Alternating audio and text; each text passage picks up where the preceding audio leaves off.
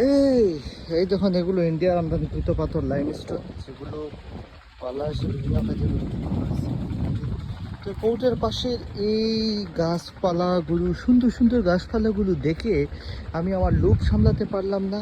মনে হইলো আমি একটা ভিডিও করি এবং আপনাদেরকে দেখাই দেই এই গাছগুলো। গাছটার নাম কি তো আমি জানি না। এই দেখে দেখে ও কি সুন্দর পত্র পাতা, আরে বাহ বাহ বাহ। এই গাছগুলোর গোড়ার পাতাগুলো সবুজ আর উপরের পাতাগুলো লাল। হ্যাঁ, আসলে আমি বৃক্ষটিকে বেশি চিনি না, যার জন্য নামটাও জানি না আর কি।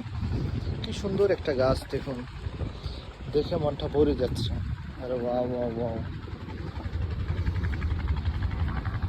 এই যে দেখুন গাছপালাগুলো, এইভাবে মানে ওই যে পোর্টের পাশ দিয়ে ওয়াকওয়ে এবং সাথে এই গাছপালাগুলো দারুণ একটা কম্বিনেশন তৈরি করেছে, দেখতে দারুণ লাগে যে। এই যে দেখুন,